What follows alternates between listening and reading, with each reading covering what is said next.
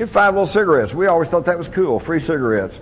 And those who didn't smoke would swap them around to those who did, and it was almost a medium of exchange. And that practice goes way on back even through World War II. Where do you think all those guys in World War II got the smoking habits? Because the Army gave them free cigarettes. And now under the Clinton administration, when some of these guys who put their life on the line to fight for freedom and democracy in World War II, and they start coming down with emphysema and lung cancer, and they go to the VA under the Clinton administration, they ruled that that was a self-inflicted disease and that they would not treat the veterans. That's shameful, folks. That's shameful. You give your soldiers cigarettes all through their career and then you won't treat them when they get a health-related problem? Unconscionable. But that's what happens when you let these secret society creeps run your country.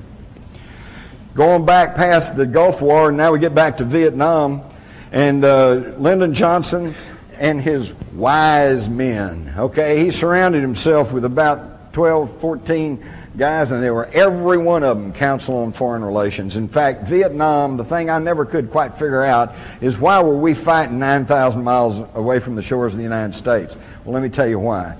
Because right after World War II, the Council on Foreign Relations published some papers that were saying we needed to gain control over the mineral resources of Southeast Asia, which at that time was called French Indochina. All right, but then in the spring of 1954, the French got defeated at the Battle of Dien Bien Phu, and they withdrew from French Indochina. Within weeks, John Foster Dulles, a founder of the Council on Foreign Relations, and who was then Secretary of State to Dwight Eisenhower, goes to the Philippines and creates something called the Southeast Asian Treaty Organization, SEATO. And he later explained that he did that to give the American president the legal precedent for intervention in Southeast Asia. That was the beginning of the whole thing. Now, is he acting on the best interest of the United States, or is he acting on the best interest of the Council on Foreign Relations that wanted control over those mineral resources? And of course, I don't have to tell you what happened. 58,000 American lives later, we finally slunk away with our tail between our legs, defeated by a bunch of guys in rubber sandals, thanks to the wise men.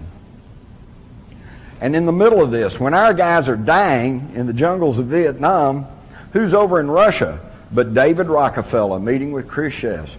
And with the insistence of David Rockefeller and his other powerful friends of the Council on Foreign Relations, they encouraged Lyndon Johnson to increase loans to Russia at levels higher than we did in World War II when they were our allies against Hitler.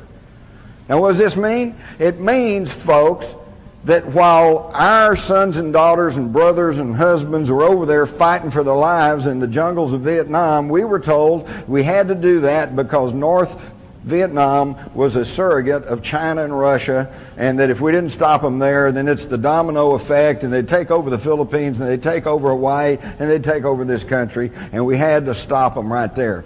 And that they were getting arms and ammunition from China and Russia, and it was an anti-communist crusade. And to that extent, it was true. They were getting arms and ammunition and war materials from China and Russia. And Russia was getting loans from us. And they'd take our tax-supported money and they'd build facilities like the Kama River Truck Factory, and they'd crank out war materials to ship to North Vietnam to use against our guys. Does that make any sense to anybody? But that's what goes on, folks, and it's still going on. And unless we start waking up, it's going to continue. If you stop and think about it, gunfire has pretty well decided every national election from 1964 to 1988. 64, Lyndon Johnson wins on the sympathy because of the JFK assassination. 68, Nixon wins after the reaction to the Martin Luther King and Robert Kennedy shootings. Then in 1972, George Wallace looks like he's going to pull votes from Nixon, and he's shot. 1976, Carter wins after there were assassination attempts on Gerald Ford, and then in 1980, Reagan is elected after an assassination attempt on Jimmy Carter. Jimmy Carter? You don't remember the assassination attempt on Jimmy Carter? Why, he had asked for national TV time in the late spring of 1979, and he was going to announce some sweeping changes in government, including curtailing the CIA. But then he goes to Los Angeles, and he's attacked by Raymond Lee Harvey and Oswaldo Ortiz. So Lee Harvey and Oswaldo were going to kill him in Los Angeles. There it is. You saw it in the Newsweek article, but you don't remember that, do you? Because it didn't get distributed in the news media. And right after that, he canceled his national TV talk, went to the seclusion at Camp David, called in everybody up to and including Billy Graham, and said, "I've lost control of the government." And he was out, and Reagan was in. And 2 months after Reagan was elected, he's shot. And if that bullet had been that much closer, it had hit his heart, and we would have had George Bush 8 years earlier. People don't think about that, do they? Oh, well, I guess that's a conspiracy theory. Speaking of, you're going to love this one, the Reagan shooting. All network tapes, you can clearly hear the sound of 7 shots. Bam, bam, bam, bam, bam, bam, bam. Hinckley had a 6-shot revolver. How do you get 7 shots out of a 6-shot revolver? And where did it come from? Up there, circled in red, the bullet that struck Reagan was at a downward trajectory. Go back and check the media. They accurately reported that. And Hinckley, though, is standing level with him over here in the crowd, back over here beyond that policeman. Up here is a sliding glass door with a human figure crouched behind that door. Was this the person who actually shot Reagan? We don't know, because there's never any investigations, because all that's just conspiracy theory. But of course Reagan was shot, and for months the person who was really in charge was George Herbert Walker Bush.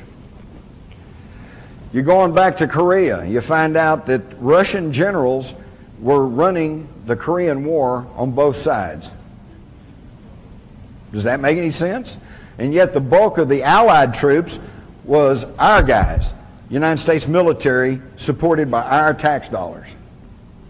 We're really being taken, folks. Go all the way back to World War II. Again, I noticed it was mentioned here at this conference that, well, everything would have been okay except Hitler was the bad guy, and he kind of screwed everything up. Well, let me tell you, folks, do your homework. Hitler didn't just suddenly appear. Hitler, number one, was a military intelligence agent who was assigned to infiltrate the Nazi Party. And he went back to his superiors and said, well, went to this meeting, there's only about 9 guys there, but you'd like them, because they want to rebuild Germany, and they hate the Jews, and they want to rearm, and they want to repudiate the Versailles Treaty. So his superior said, that sounds pretty good. Here's some money, go back and help out. So they created Hitler. And then as he began to gain more power, who was behind him? Another secret society, the Thule-Gesellschaft, or the Thule Society, made up of some of the leading industrialists, leading intellectuals in Germany at the time. People, and also people who had an intimate working knowledge of the occult. All right?